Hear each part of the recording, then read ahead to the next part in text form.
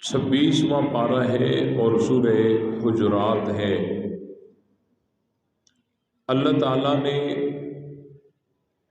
ان آیتوں میں نبی پاک صلی اللہ علیہ وسلم کی محفل کے آداب بیان فرمائے ہیں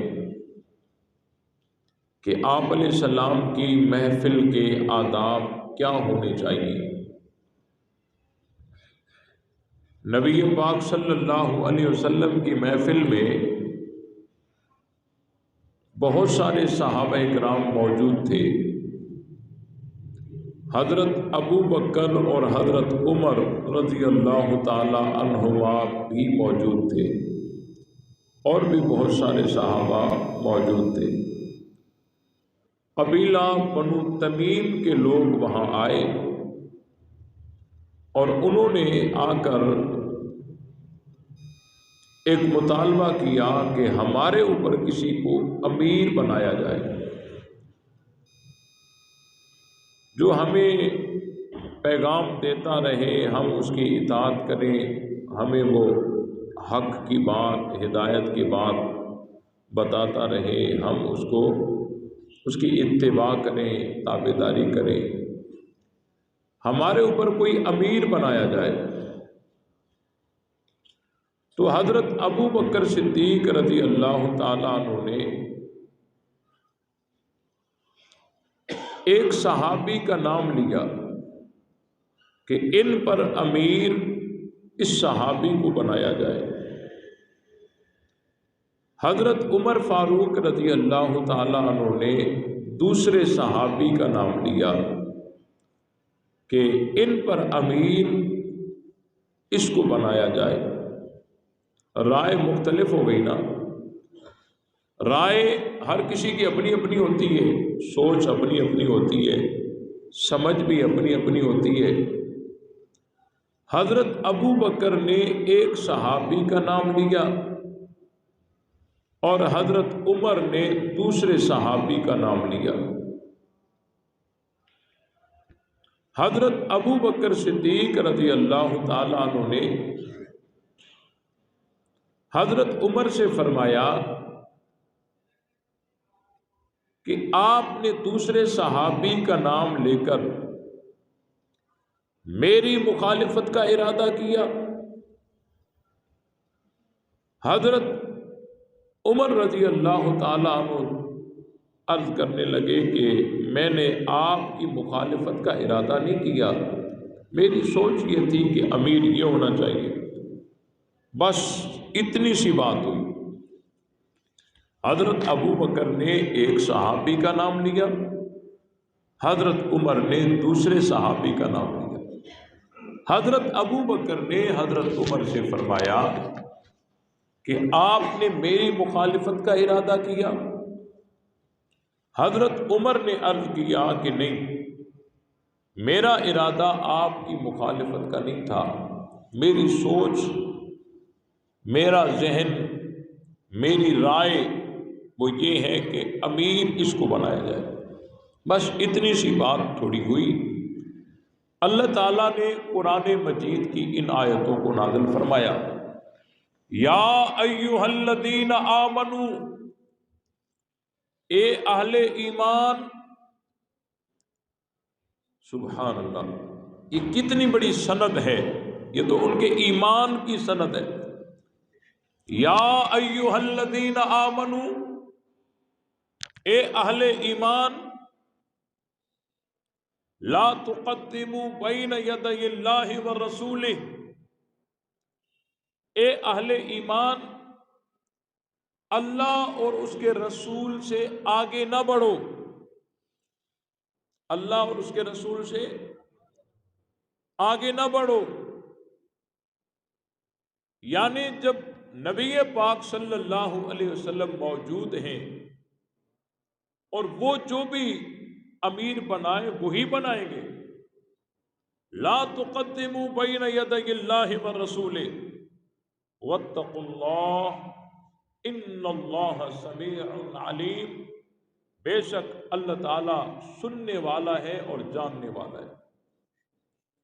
اور آگے اللہ تعالیٰ نے فرمایا یا ایھا الذین آمنو، اے اہل ایمان،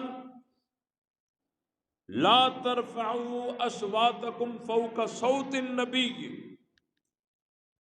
اے اہل ایمان اپنی آوازوں کو نبی کی آواز پر بلند نہ کرو، اپنی آوازوں کو نبی کی آواز پر بلند نہ کرو، وَلَا تَجْهَرُوا لَهُ بِالْقَوْلِ كَجَهْرِ بَعْضِكُمْ لِبَعْضٍ، جس طرح تم ایک دوسرے کے ساتھ بلند آواز میں بات کرتے ہو، اس طرح نبی کی آواز پر اپنی آواز کو بلند نہ کرو، ان تحبط اعمالکم وانتم لا تشعرون، ایسا نہ ہو کہ تمہارے اعمال حبط ہو جائیں اور تمہیں پتہ بھی نہ چلے، تمہیں شعور بھی نہ ہو۔ قرآن مجید کی یہ آیت جب نازل ہوئی، حضرت ثابت بن قیس رضی اللہ تعالی عنہ، وہ صحابی تھے جن کی آواز طبعاً بلند تھی، بلند آواز صحابی تھے۔ جب یہ آیت نازل ہوئی، وہ اپنے گھر میں دروازہ بند کر کے رونے بیٹھ گئے، روتے رہے اور عہد کر لیا کہ آج کے بعد میں حضور علیہ السلام کی محفل میں نہیں جاؤں گا، ایسا نہ ہو کہ میرے اعمال حبط ہو جائیں، میں آپ علیہ السلام کی محفل میں نہیں جاؤں گا۔ کچھ دن گزرے، نبی پاک صلی اللہ علیہ وسلم نے معلومات لی کہ ثابت نظر نہیں آ رہے، ثابت بن قیس، آپ علیہ السلام کو بتایا گیا کہ وہ اس آیت کے نزول کے بعد گھر میں بیٹھ گئے ہیں، کیونکہ ان کی آواز طبعاً بلند ہے، ان کو خوف ہے کہ کہیں اعمال حبط نہ ہو جائے، اس لیے وہ گھر میں بیٹھ گئے۔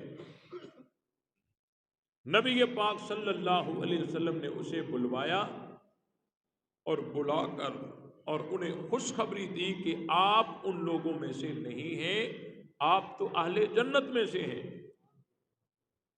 اب یہ نبی پاک صلی اللہ علیہ وسلم کی محفل کے آداب ہیں کہ ان کی آواز پر اپنی آواز کو بلند نہ کرو، آواز بلند کرو گے تو اعمال حبط ہو جائیں گے، اعمال کیا ہو جائیں گے؟ حبط ہو جائیں گے۔ آج بھی آداب میں سے یہی ہے کہ چھوٹا جب بڑے کے ساتھ بات کرے تو بلند آواز سے بات نہ کرے، اور جب کوئی چھوٹا بڑے کے سامنے بلند آواز سے بات کرتا ہے تو اس کو ٹوک دیا جاتا ہے کہ آپ بڑے کے ساتھ بلند آواز سے بات کرتے ہو۔ یا ایھا الذین آمنوا لا ترفعوا اصواتکم فوق صوت النبی، اپنی آواز کو نبی کی آواز پر بلند نہ کرو، ایسا نہ ہو کہ تمہارے اعمال حبط ہو جائیں اور تمہیں پتہ بھی نہ چلے۔ اس آیت کے نزول کے بعد، اس آیت کے نزول کے بعد حضرت ابو بکر اور حضرت عمر رضی اللہ تعالی عنہما، ان دونوں نے نبی پاک صلی اللہ علیہ وسلم کے ساتھ اس طرح آواز میں بات کرتے رہے جس طرح کان میں کوئی سرگوشی کرتا ہے، اور اللہ تعالیٰ نے ان کی تعریف کرتے ہوئے فرمایا، ان الذین یغضون اصواتهم عند رسول اللہ، بے شک وہ لوگ جو اپنی آوازوں کو پست کرتے ہیں، اپنی آوازوں کو پست کرتے ہیں رسول کے پاس، اللہ نے فرمایا اولئک الذین امتحن اللہ قلوبہم للتقوی، یہ وہ لوگ ہیں کہ جن کے دلوں کا امتحان اللہ نے لیا ہے اور نتیجے میں تقوی ہی تقوی آئی ہے۔ لہم مغفرۃ و اجر عظیم، ان کے لیے بخشش بھی ہے اور بہت بڑا اجر بھی ہے۔ یہ بات سمجھ آ گئی؟ یہاں پر کچھ جاہل لوگ، بے دین لوگ اعتراض کرتے ہیں، کہتے ہیں دیکھو قرآن کہتا ہے جو نبی کی آواز پر اپنی آواز بلند کرے گا اس کے اعمال حبط ہو جائیں گے۔ کہتا ہے نا قرآن تو کہہ رہا ہے نا۔ اور تمہاری بخاری میں لکھا ہوا ہے کہ یہ آواز بلند حضرت ابو بکر اور حضرت عمر نے کیے تھے، اور یہ آیت بھی انہی کے متعلق نازل ہوئی ہے، تو لہذا حضرت ابو بکر اور حضرت عمر کے اعمال تو حبط ہو گئے۔ یہ آیت کا شان نزول ہی یہی ہے کہ حضرت ابو بکر اور حضرت عمر نے بلند آواز کی اور قرآن نازل ہوا۔ بات تو واضح ہو گئی۔ جاہل لوگ، ملحد لوگ، بے دین لوگ، جہنم کا ایندھن بننے والے لوگ، وہ یہ اعتراض کرتے ہیں۔ اعتراض سمجھ آیا؟ اس کا جواب سمجھیے، اس کا جواب سمجھیے۔ سب سے پہلے ایک اصول آپ کے ذہن میں محفوظ ہونا چاہیے کہ جب بھی کسی کوتاہی کی نسبت صحابی کی طرف کی جائے تو آپ نے سب سے پہلے دیکھنا یہ ہے کہ اس کوتاہی کی اصلاح کے لیے قرآن میں کوئی حکم آیا ہے یا نہیں آیا۔ جس کوتاہی کی نسبت صحابہ کی طرف کی جائے تو سب سے پہلے آپ نے دیکھنا یہ ہے کہ اس کوتاہی کے اصلاح کے لیے قرآن میں کوئی حکم آیا ہے یا نہیں آیا۔ اگر اس کوتاہی کی اصلاح کے لیے قرآن میں حکم آیا ہے، پھر آپ نے یہ دیکھنا ہے کہ یہ کوتاہی اس حکم کے آنے سے پہلے کی ہے یا بعد کی ہے۔ اگر وہ کوتاہی اس حکم کے آنے سے پہلے کی ہے پھر تو وہ کوتاہی نہیں ہے۔ سمجھ نہیں آیا؟ سمجھ آیا نا؟ اب جب حضرت ابو بکر اور حضرت عمر رضی اللہ تعالی عنہما آواز ان کی بلند ہو گئی آپ علیہ السلام کی محفل میں، اس وقت تک قرآن میں کوئی ایسا حکم موجود تھا لا ترفعوا اصواتکم فوق صوت النبی؟ ہاں بھائی، ایسا کوئی حکم قرآن میں تھا؟ نہیں تھا۔ ان کی آواز بلند ہو گئی، اس کے بعد قرآن کی آیت آئی۔ آواز بلند پہلے ہوئی، قرآن کی آیت بعد میں آئی۔ آواز بلند پہلے ہو گئی، قرآن کی آیت بعد میں آ گئی، اور آتے ہی قرآن نے کیا بتایا؟ یا ایھا الذین آمنو، نہیں سمجھ رہے؟ یا ایھا الذین آمنو، اے اہل ایمان۔ یہ تو ان کے ایمان کی سند ہے، یہ تو ان کے ایمان کی سند ہے۔ کوئی اپنے کو مومنین کہتا ہے، ایک دوسرے کو مومنین کہتے ہیں، لیکن ابو بکر و عمر تو وہ ہیں جن کو رب کا قرآن مومن کہتا ہے۔ یا ایھا الذین آمنو، اے اہل ایمان، اے اہل ایمان، یا ایھا الذین آمنو۔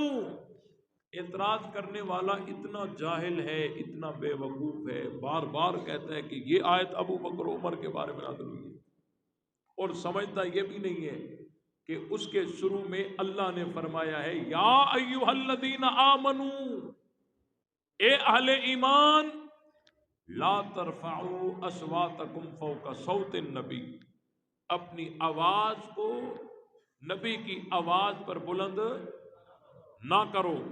اس حکم کا مطلب یہ ہے کہ آئندہ نہ کرنا۔ اب دیکھیں، جب آواز بلند ہو گئی تھی اس وقت تک منع نہیں آئی تھی، اور جب منع آئی اس کے بعد آواز بلند کرنا ثابت نہیں ہے۔ یہ بات سمجھ نہیں آئی؟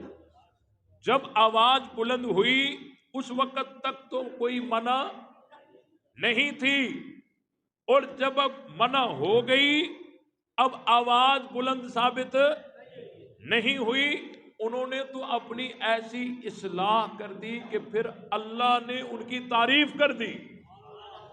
ان الذین یغضون اصواتهم عند رسول اللہ، کہ بے شک وہ لوگ جو اپنی آوازوں کو پست کرتے ہیں رسول کے پاس، یہ وہی لوگ ہیں جن کے دلوں کا امتحان اللہ نے لیا ہے، اور نتیجے میں تقوی ہی تقوی آئی۔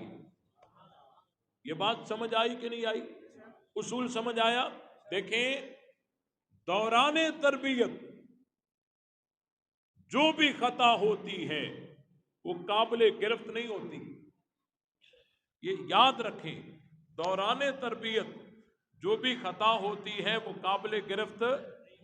حضرت علی رضی اللہ تعالیٰ عنہ نے ایک دفعہ نشے کی حالت میں نماز پڑھائی، نشے کی حالت میں نماز پڑھائی، اور نماز میں سورہ کافرون پڑھی، اور سورہ کافرون میں جتنے بھی لا تھے، لا اعبد ما تعبدون، جتنے بھی لا تھے وہ بھول گئے۔ قرآن کی آیت نازل ہوئی، لا تقربوا الصلاۃ وانتم سکارا، نشے کی حالت میں نماز کے قریب مت جاؤ۔ اب حضرت علی نے جب نماز پڑھائی، نشے کی حالت میں پڑھائی، اس وقت تک منع آئی نہیں تھی، اور جب منع آ گئی اس کے بعد حضرت علی کا نشے کے قریب جانا ثابت۔ اب اگر کوئی اعتراض کرے حضرت علی پر کہ معاذ اللہ وہ نشائی تھے، نشے کی حالت میں نماز پڑھاتے تھے، یہ کرتے تھے وہ کرتے تھے، یہ اعتراض کرنے والا بے ایمان ہے، لعنتی ہے، شرارتی ہے، فتنہ پھیلا رہا ہے، اور اس کے اعتراض کو نہیں سنا جائے گا۔ جب حضرت علی نے نشے کی حالت میں نماز پڑھائی تو اس وقت تک کوئی لا تقربوا الصلاۃ والا حکم آیا ہوا نہیں تھا، اور جب حکم آ گیا اس کے بعد حضرت علی کا نشے کے قریب جانا ثابت ہی نہیں ہے۔ یہ بات سمجھ نہیں آئی؟ ایک مثال اور دیتا ہوں قرآن سے۔ نبی پاک صلی اللہ علیہ وسلم نے اپنے اوپر شہد کو حرام قرار دیا۔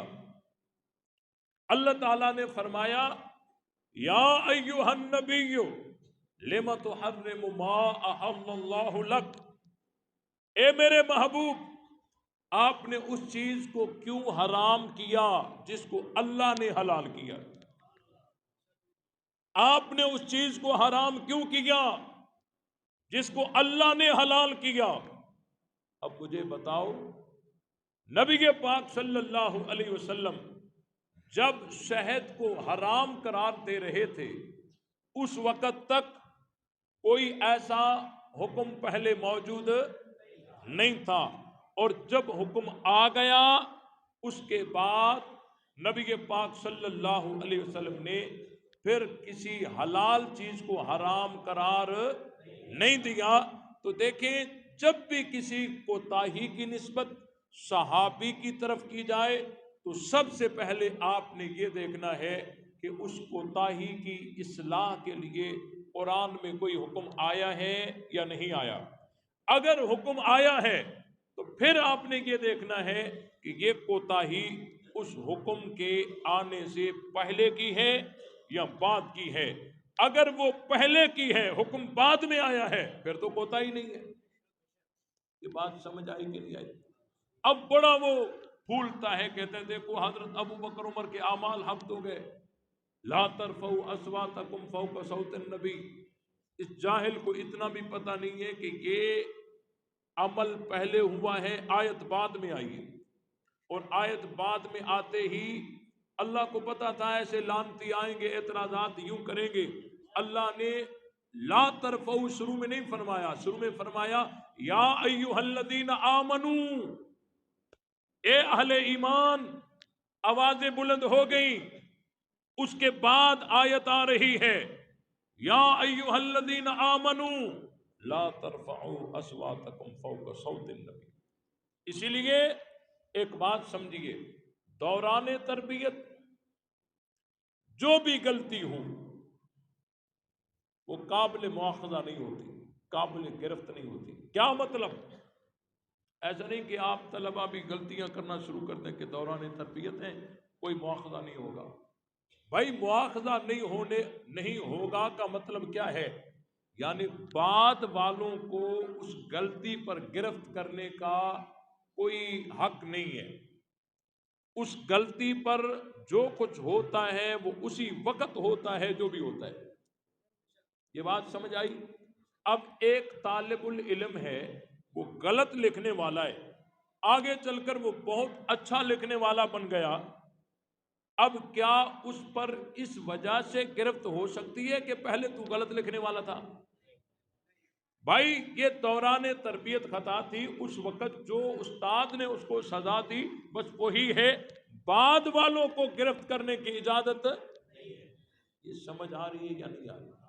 اب حضرت حیدری شہید رحمت اللہ علیہ فرمایا کرتے تھے کہ جب بھی کسی صحابی کی طرف کوئی غلطی منسوب کی جائے تو آپ بڑے سنجیدگی سے ان کو یہ جواب دیں کہ پھر کیا ہوا. سمجھ آیا؟ کہتے جی وہ صحابہ جنگ سے بھاگ گئے تھے. آپ نے کہنا پھر کیا ہوا؟ پھر کیا ہوا یہ ایک سوال ہے. ٹھیک ہے، اس پر اللہ اور اس کے رسول نے کوئی فیصلہ دیا یا فیصلہ تیرے لیے چھوڑ کے گئے تھے؟ کہتے جی وہ جنگ سے بھاگ گئے. بھئی پھر کیا ہوا؟ کہتے پھر اللہ نے معاف کر دیا. معاف کر دیا تو معاملہ صاف کر دیا، تجھے بکواس کرنے کی کوئی ضرورت ہے؟ اللہ اور اس کے رسول نے فیصلہ دے دیا، اس فیصلے کے بعد تو اپنا فیصلہ نافذ کرنا چاہتا ہے. کہتے ہیں حضرت علی اور حضرت امیر معاویہ کی لڑائی ہو گئی. اچھا پھر کیا ہوا؟ کہتے ہیں پھر صلح ہو گئی. کیا ہو گئی؟ صلح ہو گئی. صلح کس نے کی؟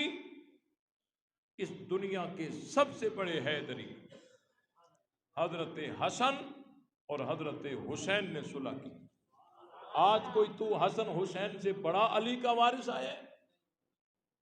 وہ ڈرپوک تھے معاذ اللہ. انہوں نے جو صلح کر دی، بیعت کر دی، بات ختم کر دی، صلح ہو گئی تو بات ختم ہو گئی. یہ بات سمجھ آ رہی ہے یا نہیں آ رہی؟ کہتے جی حضرت ابو بکر اور حضرت عمر نے نبی کی محفل میں آوازیں بلند کر دی. پھر کیا ہوا؟ کہتا ہے پھر انہوں نے آوازیں ایسی پست کی کہ اللہ نے بھی تعریف کی. ان الذين يغضون اصواتهم عند رسول الله اولئك الذين امتحن الله قلوبهم للتقوى لهم مغفرة واجر عظیم. اب تجھے بکواس کرنے کی کوئی ضرورت ہے؟ یہ بات سمجھ آ رہی ہے یا نہیں آ رہی؟ بالکل آ رہی ہے. صحابی ہے. یہ بات سمجھ آئی کہ نہیں آئی؟ صحابی ہے. امت کا یہ طبقہ، نبی کے یاروں کا طبقہ، یہ اتنی عظمتوں والا ہے کہ امت کا دوسرا کوئی طبقہ صحابہ کی عظمت کا مقابلہ نہیں کر سکتا. صحابہ ہیں.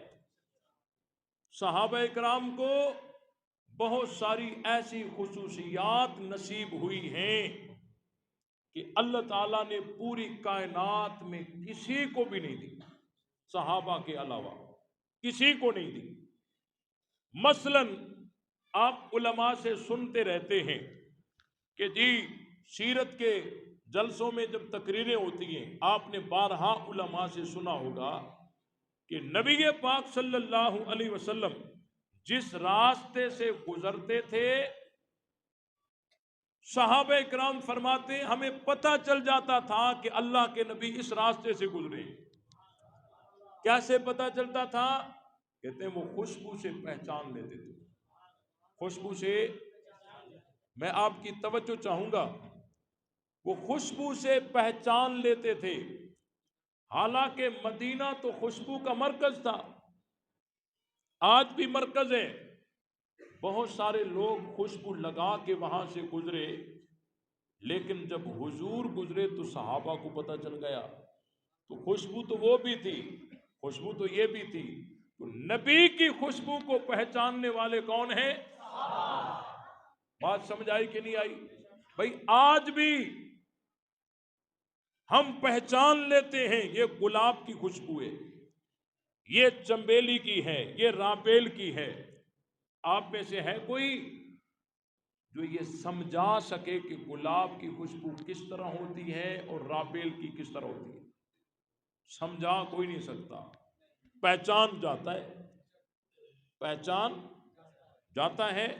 بھئی یہ گلاب کی خوشبو ہے، یہ رابیل کی ہے، پہچان لی ہم نے، لیکن سمجھا نہیں سکتے۔ اللہ اکبر! جو نبی کی خوشبو کو پہچانتے تھے یہ کون تھے؟ صحابہ۔ یہ فضیلت اللہ تعالیٰ نے صحابہ کو ہی دی ہے، صحابہ کے علاوہ امت کے کسی طبقے کے پاس یہ پہچان نہیں ہے۔ اور دوسری بات، صحابہ اکرام رضوان اللہ تعالی علیہم اجمعین کو جو فضیلت ملی ہے، آج آپ مدارس میں جائیے، قال قال رسول اللہ صلی اللہ علیہ وسلم قضا و قضا، بہت سارے فرامین آپ علیہ السلام کے پڑھائے جاتے ہیں دور حدیث میں۔ یہ بخاری شریف، یہ ترمذی شریف، یہ مسلم شریف، بہت سارے فرامین پڑھائے جاتے ہیں۔ آپ علیہ السلام نے یوں فرمایا، یوں فرمایا، یوں فرمایا، یوں فرمایا، لیکن آپ علیہ السلام نے یہ فرمان جس آواز سے فرمایا، وہ آواز کسی کو پتہ نہیں سوائے صحابہ کے۔ یہ بات سمجھ آئی کہ نہیں آئی؟ آپ علیہ السلام نے فرمایا اصحابی کالنجوم، میرے صحابہ ستاروں کی طرح ہیں۔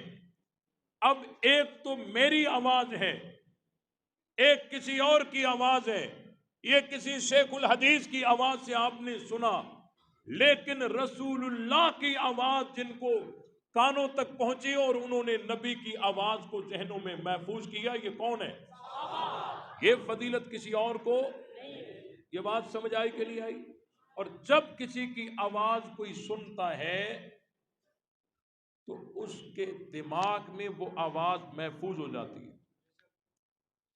اب ہم کان تک آواز آتی ہے تقریر کی، ہم پہچان جاتے ہیں یہ علامہ حق نواز جھنگوی کی آواز ہے، یہ علامہ اعظم طارق کی آواز ہے، یہ علامہ ضیاء الرحمن فاروقی کی آواز ہے، یہ علامہ علی شیر کی آواز۔ پہچانتے نہیں پہچانتے؟ کسی نے بتایا بھی نہیں اور کسی نے ویڈیو بھی نہیں دکھائی۔ یہ علامہ اللہ وسایہ صدیقی صاحب کی آواز ہے، پہچانتے ہیں؟ یہ کیسے پہچانتے ہیں؟ یہ پہلے جب آواز ان کی سنی تھی تو ہمارے دماغ میں وہ آواز ان کی محفوظ ہو گئی تھی۔ ہمارے دماغ میں جھنگوی صاحب کی آواز تو محفوظ ہو سکتی ہے، صدیقی صاحب کی آواز تو محفوظ ہو سکتی ہے، لیکن جن کے دماغوں میں رسول اللہ کی آواز محفوظ تھی وہ کون تھے؟ یہ فضیلت کسی اور کو نہیں ملی۔ یہ بات سمجھ آ رہی ہے یا نہیں آ رہی؟ صحابہ ہیں، صحابہ کرام رضوان اللہ تعالی علیہم اجمعین، ان سے جو بھی خطا ہوئی اسی وقت اللہ اور اس کے رسول نے جو اصلاح کی وہ کافی ہے یا ناکافی ہے؟ کافی ہے نا؟ تو مسلمان کو ان پر اعتراض کرنے کی اس لیے اجازت نہیں ہے کیونکہ اللہ اور اس کے رسول نے فیصلہ دے دیا ہے، بات ختم ہو گئی۔ صحابہ کی خطاؤں کے ساتھ توبہ لگی ہوئی ہے اور صحابہ کی لڑائی کے ساتھ صلح لگی ہوئی ہے۔ خطا کو جب توبہ لگ جائے، گناہ کو جب توبہ لگ جائے تو گناہ مر جاتا ہے، گناہ کو جب توبہ لگے تو گناہ مر جاتا ہے، اور جنگ کو، لڑائی کو جب صلح لگ جائے تو لڑائی مر جاتی ہے۔ اب اگر کوئی صحابہ کی خطا بتائے اور توبہ نہ بتائے، صحابہ کی لڑائی بتائے اور صلح نہ بتائے، وہ آدمی اس آدمی کی طرح بے ایمان ہے جو لا الہ تو کہے مگر الا اللہ نہ کہے۔ لا الہ یہاں رک جائے، کیا مطلب ہوگا؟ کوئی معبود نہیں، کوئی معبود نہیں، کیا مطلب؟ یعنی ایک بھی نہیں۔ کیا یہ کفر نہیں ہے؟ اور جب اس کے ساتھ الا اللہ مل جائے گا، اب نہ صرف جائز بلکہ اصل ایمان بن جائے گا۔ بہت سارے مصر سے ڈکوسلے آج کل عام چل رہے، کہتے ہیں جی دیکھو جی دو آدمی جو لڑیں تو ایک ضرور غلط ہوگا نا۔ میں نے کہا تمہاری توجہ اس طرف کیوں نہیں جاتی کہ جب دو اذانیں آ رہی ہوں تو ایک ضرور غلط ہوگی نا؟ جب دو اذانیں آ رہی ہوں تو ایک ضرور غلط ہوگی نا، وہاں توجہ کیوں نہیں جاتی؟ اور جب دو آدمی لڑیں تو ایک ضرور غلط ہوگا نا، یہ بنیادی غلط ہے۔ ایک آدمی نے مسجد کے دروازے پہ قلعہ گاڑا اس نیت کے ساتھ کہ اگر کوئی گھوڑے سوار آئے گا نماز پڑھنے کے لیے، آج کل تو گھوڑے والے نماز پڑھتے ہی نہیں ہے نا، آج کل گھوڑے والے تو نماز پڑھتے ہی نہیں ہیں، لیکن گھوڑے کے اوپر بیٹھنے والے اس دور میں نمازی تھے۔ آج کل تو نیچے سے گزرنے والے ہیں نا، اور اوپر بیٹھنے والے آج بھی نماز پڑھتے ہیں۔ اس نے قلعہ گاڑ دیا، کہا کہ اگر کوئی گھوڑے سوار آئے گا نماز پڑھنے کے لیے تو وہ یہاں گھوڑے کو باندھے گا اور سکون سے نماز پڑھے گا۔ اس کی نیت نیک ہے یا نہیں؟ دوسرا آدمی آیا، اس نے کہا مسجد کے دروازے پہ قلعہ، کوئی تراویح میں، عشاء میں، فجر میں، تہجد میں نمازی آئے، ٹھوکر لگے اور نمازی اس کو تکلیف ہو گر پڑے، اس نے قلعہ اکھاڑ دیا۔ لگانے والا پہنچا، تو نے اکھاڑا کیوں؟ اس نے کہا تو نے لگایا کیوں؟ کہتے تو نے اکھاڑا کیوں؟ کہتے تو نے لگایا کیوں؟ آپس میں لڑ پڑے، کس کو غلط کہو گے؟ کس کو غلط کہو گے؟ دونوں صحیح ہیں، دونوں نیک نیت ہیں، لڑائی ہو گئی، اختلاف ہو گیا، تمہاری بات تو پنچر ہو گئی نا کہ دو لڑیں تو ایک ضرور غلط ہوگا۔ دیکھو لڑ پڑے ہیں، کوئی غلط، لیکن ہمارا سوال تمہارے اوپر چڑھ گیا کہ جب دو اذانیں آ رہی ہوں تو ایک ضرور۔ بات سمجھ آئی کہ نہیں آئی؟ نام حضرت علی کا لیتے ہو، اعتراض صحابہ پہ کرتے ہو، ہم حضرت علی کو حق مانتے، علی سارے کا سارا قبول، علی پورے کا پورا قبول۔ میرے ساتھ بولیے، علی سارے کا سارا، علی پورے کا پورا قبول۔ ہم علی کو حق مانتے ہیں، حضرت علی کو صفین میں لڑتا ہوا تو بتاتے ہو، لیکن اسی علی کو صدیق اکبر کے ہاتھ پر بیعت کرتا ہوا کیوں نہیں بتاتے؟ ہم علی کو حق مانتے ہیں۔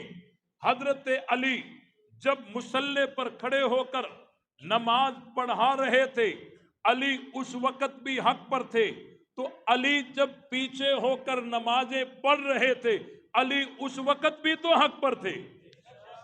حضرت علی جب بیعت لے رہے تھے، علی اس وقت بھی حق پر تھے، تو جب حضرت علی ابو بکر عمر عثمان کے ہاتھوں پہ بیعت کر رہے تھے، علی اس وقت بھی تو حق پر تھے۔ حضرت علی المرتضی جب اپنی بیٹی حضرت عمر کو نکاح میں دے رہے تھے، علی اس وقت بھی تو حق پر تھے۔ حضرت علی المرتضی جب اپنے بچوں پر ابو بکر عمر عثمان نام رکھ رہے تھے، علی اس وقت بھی تو حق پر ہیں۔ علی کی ساری زندگی حق ہے، علی حق ہے، علی سارے کا سارا قبول، علی پورے کا پورا قبول۔ یہ بات سمجھ آئی کہ نہیں آئی؟ صحابہ بھی ہمارے، اہل بیت بھی ہمارے ہیں۔ انشاءاللہ ہم صحابہ اور اہل بیت کی محبت کو عام کرتے رہیں گے۔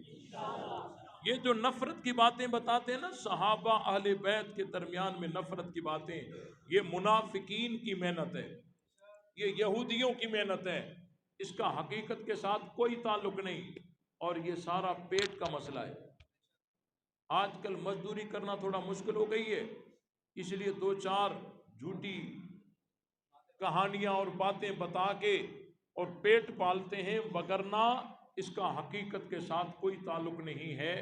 اگر قیامت کے دن علی پوچھ لے کہ نام میرا لیتے تھے اور ابو بکر صدیق پہ بھونکتے تھے، تمہیں پتہ نہیں تھا؟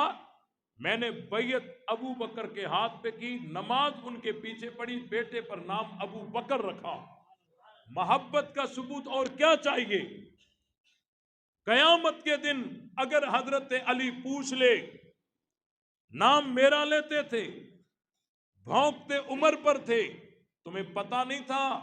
میں نے بیعت عمر کے ہاتھ پر کی، 10 سال پیچھے نماز عمر کے پڑھی اور بیٹے پر نام عمر رکھا، اپنی بیٹی حضرت عمر کو نکاح میں دی محبت کے لیے، اور کیا دلیل چاہیے؟